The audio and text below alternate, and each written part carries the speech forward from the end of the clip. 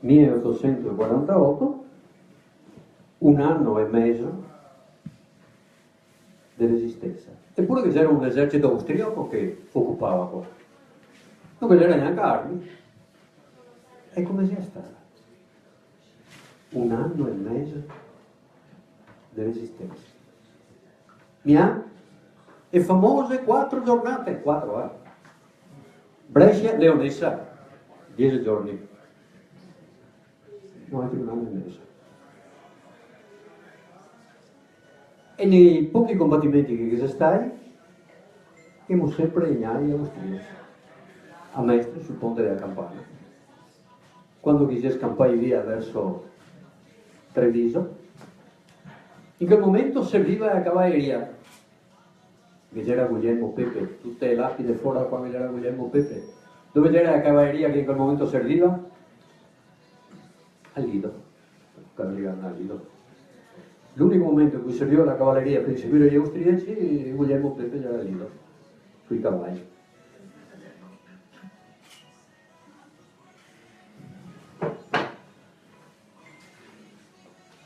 E poi non si guarda che lo vedi dentro.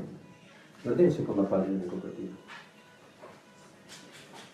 Cercheranno in 1000 modi di ingannarti per distoglierti dalla verità. Forse quel che non si ricorda, quando che avevamo cominciato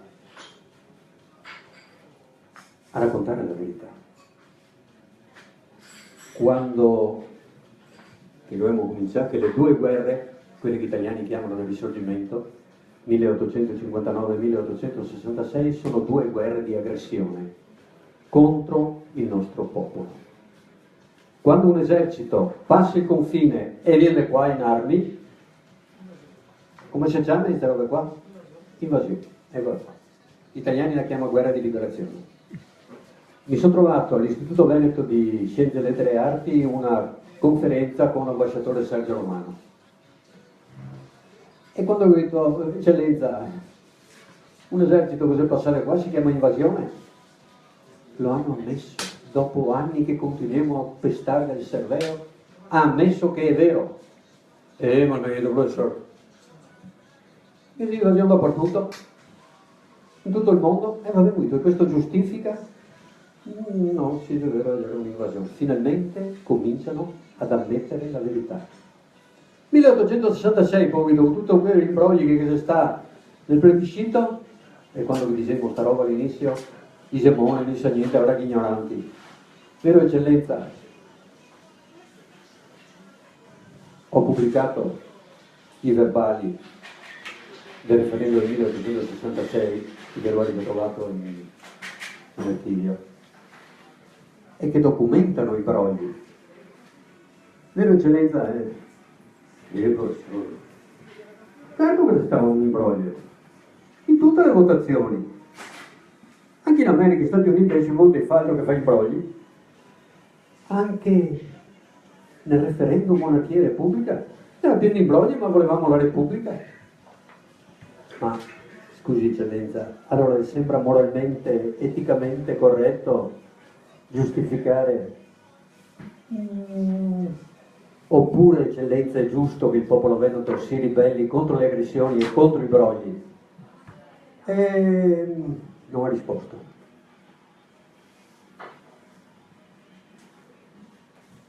E adesso? Gusto vedere che avevamo ragione anche a quella storia della lingua? Adesso quando in regione si parla del... è così, i soliti, scusate, mi pulisco la bocca, italianisti, come si chiama? Italianotti, che roba è? Non avevano una lingua, non avevano una storia, non avevano niente. Solo perché sono ignoranti. Studiate, leggete, imparate. Niente ciò. Allora, c'è qualcuno però che pretende di condannarci perché dice che usiamo la lingua come bandiera politica. Può darsi che qualcuno non faccia. Ma indipendentemente da quello, lingua che si riesce a Trevisano? No, non può dire perché non sa quella che è. Scusate, ma Benigni parla la stessa lingua di napolitano? Sì. E i napoletani parlano lo stesso italiano dei lombardi, dei veneti? No. Allora la lingua veneta è il veneziano, perché questa era la capitale dell'impero e da qua partiva tutto. Leggetevi, andatevi a leggere i documenti in archivio. La lingua veneta è il veneziano, punto. E se qualcuno dice qualcos'altro è ignorante, non sa. E ci sono poi dialetti, certo, il trevigiano, il vicentino, il veronese, sono tutti dialetti della lingua veneta, cioè veneziana. E allora non c'è mica un problema a decidere quale lingua verrà adottata. In regione, di solito qui che fa casotto, dopo. Non si può fare due lingue. Che una amica che io sappia due lingue o tre, no. Come sai? Mio figlio ha insegnato a 7 anni a Hong Kong e i bambini di 3 anni conoscono 3 lingue. 3 lingue. Normale. Quindi nelle scuole, non come materia di studio, lingua e storia veneta, cioè la storia del nostro popolo. A me è successo di andare in Lussemburgo a fare il presidente della commissione d'esame. E allora bisognava magari... Scusi, quanti erano i 7 re di Roma? Era il presidente 7, no, l'aveva detto lui. E se non lo dicevo lo sapevo lo stesso, sì? E per caso, quanti dogi abbiamo avuto? In 1000, forse 400, forse 1300? Facciamo conto tondo 1200, non se ne parla più. Anni. Aiuto. Il Caigo, è nebbia. Dogi, ho sentito ancora questa parola, dogi. 120. Bravo. E adesso il primo che mi risponde giusto c'ha un tangaron. Di Massimo Tassitone. E quante dogaresse?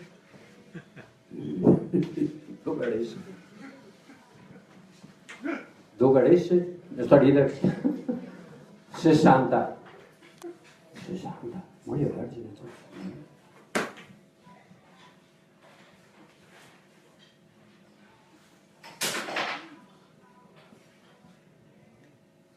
No, mica lui.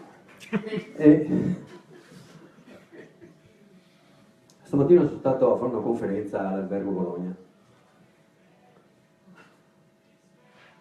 su una famiglia, sui contadini. E dopo naturalmente che c'è sempre chi che è più furbo di stare no. Professore,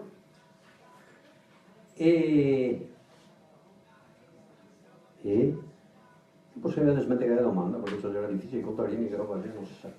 Beh, parliamo delle donne ora. Maria Vergine, so tutto sulle donne. Allora, non perché lo dico io, non perché lo scrivo adesso qualcuno.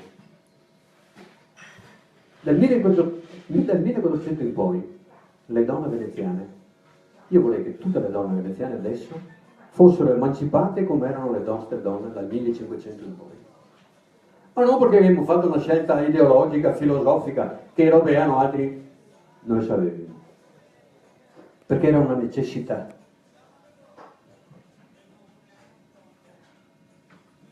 Quando gli uomini andavano via e andavano, per esempio, a Tana, voi lo sapete, i veneziani hanno comprato una palude sul delta del Po.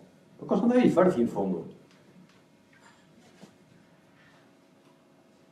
Lì arrivavano le carovane con le merci dell'Oriente, le stoffe, le droghe. Non che le droghe a altre pevere e roba così. E bisognava andare là. E allora si andava là. Pensi che uno deve essere amato. Via del Cerveo. Come si fa a pensare di andare a comprare una palude? Facendo 90 giorni di navigazione. Se tutto andava bene, se non c'era Marubio, se non vedeva gli Narentani, se non vedeva i pirati, 90 giorni di navigazione per arrivare a. E non è che quando chi arrivava a Mea, tutto in Dio, secondo me no. Arrivavano le carovane, bisognava andare incontro, bisognava caricare. 90 giorni per ritorno. E in quei 90 giorni di andata, 90 di ritorno, è quello che si stava a. Uno serrava bottega, qua. Serrava tutto, no. Bisognava andare avanti. E chi c'è che tirava avanti, se non le mogli, le donne, che non avevano solo la responsabilità dei palazzi, ma anche dell'attività finanziaria ed economica del marito. E bisognava continuare. E quindi erano emancipate non perché noi ti abbiamo mai buon filosofi, c'è una roba che non entra, niente, non siamo. Per necessità. Le donne dovevano continuare le attività finanziarie del marito, quindi andavano al mercato fino alle ore 17 del 12 maggio 1797, il mercato era il centro finanziario d'Europa, quello che adesso è Wall Street. E dopo cosa non mai si cascano più, cosa è successo? Allora dovevano seguire le attività finanziarie, se andava di alto, a vedere il corso dello zecchino o come che sarà andare assicurazione o continuare le attività del marito. Quindi emancipate per necessità. E i viaggiatori che arrivavano qua dicevano, guarda che femmine ciò, sono emancipato, sanno un sacco di lingue, parlano le lingue straniere, quelle foreste, quei edifici, l'arabo, quei robe. E parlavano quelle cose là, con quella lingua là, che non è soltanto la lingua dei Goldoni, la lingua dello Zante, oltre a quella lingua là, che è la lingua adesso di tutti i giorni. Naturalmente gli italioti, che sono di una ignoranza fondamentale. Io ho fatto 27 anni il preside nelle scuole italiane in Veneto. Oh, ma sapete che c'era una baruffa ogni anno? Scelta di libri di testo. No, non si sceglie i libri di testo perché tanto il conta va, No, bisogna perché sa leggere, no, non importa, fa finta di non aver visto. E che fa? E dispense? Ecco, no, niente. Forse se ne escono anche a volte, ma io ho udito a tutti, compresa mia figlia che dopo fa quello che vuole, è una femmina di quello di me. In più, anche a Veneta, io adesso. La scuola, non bisogna mandare i bambini a scuola, non bisogna, perché la scuola non è inutile, è dannosa, fa male. E quando che veniva a iscrivere, mai vuole proprio iscriversi, signora, e tegni a casa sto figlio, se tegni a casa, compra uno e gli insegna 4 robe, non lo stesso, poi gli insegna solo che fai. Prendete un libro di testo della scuola media, del liceo, qui del liceo questo anno, mi pare che sia Benedetti, o una raccolta dei Monae, una più grande dell'altra, niente, bugie codificate. E se non ti dici che bugie hanno, ti sei promosso. E adesso sai, dai, scegli, no? Genese sulla prima pagina, credo che sia la prima pagina del libro di storia, mi pare che sia del Benedetti. Allora, quando racconta i popoli della penisola italiana, qua che si latini, qua che si etruschi, in fondo è che si i Celti. Chi? I Celti. Veneti? Non esistono. Come non esistono? Ma anche Omero parla, dice, nel secondo vero Massimo, il secondo libro dell'Iliade, elenca quelli che sono andati a Troia, i popoli alleati con i troiani, sono così anche i Veneti, che non si chiamava Veneti, si chiamava un altro nome con l'H davanti. E allora come se non basta sparire. Infatti si tende a dimenticare che ci sono i Veneti. E quando per forza si incontra, non si può dire che noi che sei, allora si trasforma in era Celti, quindi là in alto in era Celti, allora non vedo. E va avanti così una serie di bugie. È più grande monada, però non è una bugia, ma è una monada, ma grande come una casa. Venezia era una delle 4 repubbliche marinare. Siccome che io il Signore evito di dirvi quello che penso. Una delle 4 repubbliche marinare. Hai capito? Ma io che caso, perché se non dico quello che penso, non è il caso che il Signore dopo dice ora che detto paraverse. Non è vero? Noi non siamo una repubblica marinara, mettetelo sul cervello, non è niente vero, è sbaglio. Lo stato da terra era più grande dello stato da mare e il reddito dello stato da terra era maggiore da quello che proveniva dallo stato da mare. Certo che abbiamo avuto una flotta, e questo cosa vuol dire? Anche Napoli aveva una flotta e non è una città marinara. Una serie di bugie una dietro l'altra. E quando non raccontano bugie dicono che non esistiamo. E ora quando abbiamo cominciato a dire che invece esistiamo, ora che siamo qua, disegna la lingua veneta, che è una lingua anche adesso, 2016, internazionale. Ci sono, no, dice di no, ora che dico ignorante dopo portare a offendersi, vuol dire solo che si ignora, che non si sa. Ci sono gruppi di veneti in Istria, in Dalmazia, in Croazia, in Brasile, in Montenegro, che parlano il veneto, quindi il veneto è una lingua internazionale, che ne dicano gli italiotti.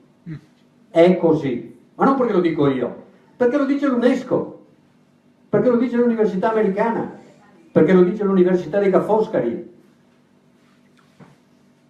Certo che qualcuno non vuole, perché il cancelliamo qui, non esiste, perché danno fastidio. Perché giusto vedere che magari adesso chi ha imparato che le guerre del 1859 e del 1866 sono state guerre di aggressione, che il 1866 con il referendum è stata una truffa, adesso impareranno anche che esistono i veneti e che esiste una lingua veneta. Guardatevi i documenti, andateli a studiare, siete ignoranti, non sapete, studiate. Se fosse Sgarbi diria come? Ok, Anatre, cosa dicevo? Non so, mi ricordo. Ah? Capra. Cercano di farci sentire così, fuori, guarda qui. Ma pensate che un giorno abbiamo dovuto fare una causa con l'avvocato Morosin perché in un libro di storia che mi è capitato tra le mani alla prima media diceva queste testuali parole: i veneti alla mattina quando si alzano si ubriacano con la grappa a bambini di 11 anni. Libro di testo. Stefano D'Alessio, ora qua facciamo causa, hanno ritirato immediatamente tutti i libri, siamo stati così buoni di non chiedere neanche un risarcimento dei danni. Questo è il livello di questa gente che non sa. Quindi grazie Piero, dove sei? Adesso è Piero che deve congiurare dei pazzi di vita. Grazie Piero che... Questo per esempio, certo che c'è il Boerio, ma gli italiani non sanno che cosa che sia, il dizionario del Boerio, che potrebbe essere preso come base per la lingua veneta, che adesso si dovrà studiare. Arriveremo anche a questo dopo che abbiamo fatto rimanere un sacco di altre robe. Arriveremo a far capire che esistiamo, che ne dicano gli altri. È la solita domanda al convegno all'Istituto del Veneto, finale, e vi giuro che la sala era tutta di italiani. E allora? Non vuole essere italiano, no, non si sente italiano, no. Io sono veneto, non è che mi sento o non mi sento, sono un'altra etnia. Come che sei sud tirolesi, come che sei... Io sono un'altra roba. Ah, è il furbo quello che aveva sempre trek. E allora? Lei preferirebbe gli austriaci? La domanda che veniva sempre è: tocco di ignorante, proprio così l'ho detto, tocco di ignorante, nel senso che non sai. Per me sono stranieri sia i francesi che gli austriaci che gli italiani, perché io sono veneto, il mio popolo è veneto, e prima o poi otterremo anche noi la nostra indipendenza, anche magari attraverso il riconoscimento della lingua veneta. Adesso qualcuno lo prende come una bandiera politica, come una bandiera di lotta politica, per arrivare a qualcos'altro. Può darsi che sia il cavallo di Troia. A proposito di Troia,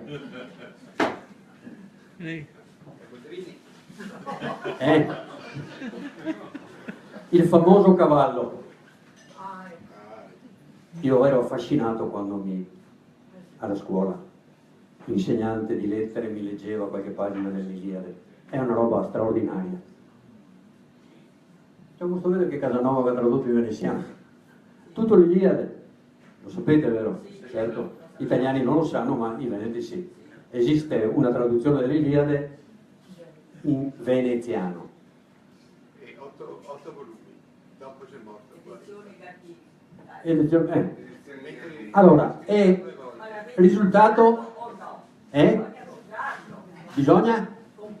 Certo, bisogna comprarlo, ha ragione il signore, comperatelo, chi non ce l'ha ancora.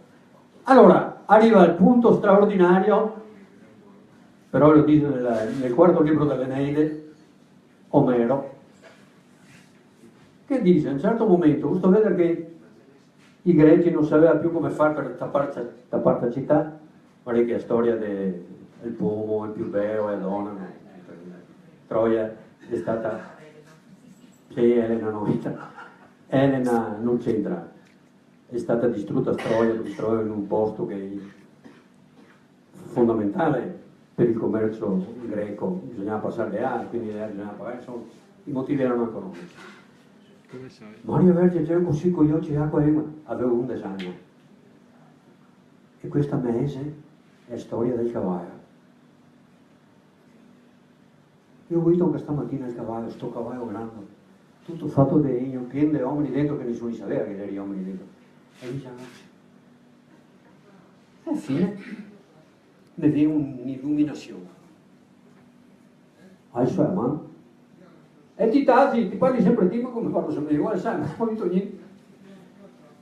Bene, ora dimmi, dai. E perché che c'era un cavallo? Guarda che ho detto proprio cavallo, non ho detto cavallo, che a volte mi avevo proprio qua, cavallo. Che mi guarda e fa? Beh, cosa vuol dire? Scusi, ho chiesto perché che sia un cavallo, può essere un'anara, un sorse, non so, un'altra bestia, un leone. E che mi fanno? Che domande? Non sapevo rispondere. E sono rimasto così fino a qualche anno fa, quando ho saputo perché c'era un cavallo. Hanno fatto i greci, adesso voglio sapere se qualcuno lo sa. I suni no, no.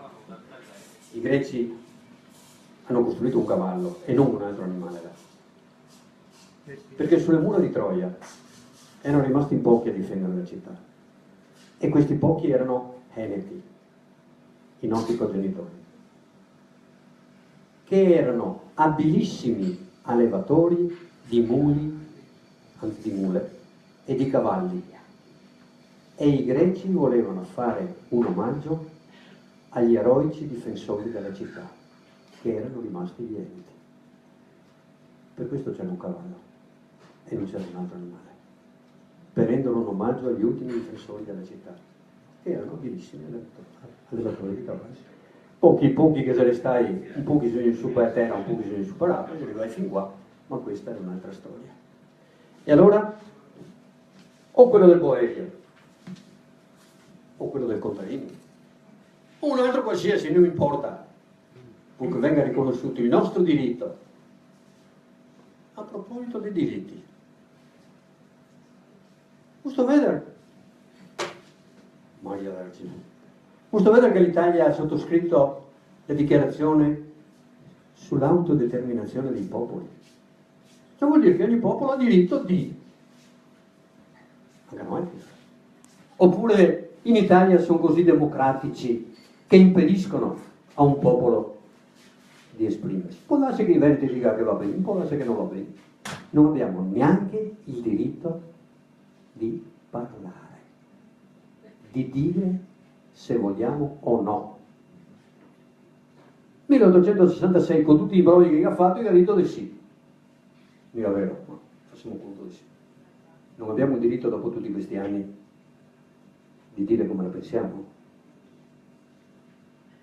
Non abbiamo il diritto, secondo quel principio internazionale che l'Italia ha firmato, sull'autodeterminazione dei popoli, non abbiamo il diritto di parlare nella nostra lingua, di dire se vogliamo o no restare qua.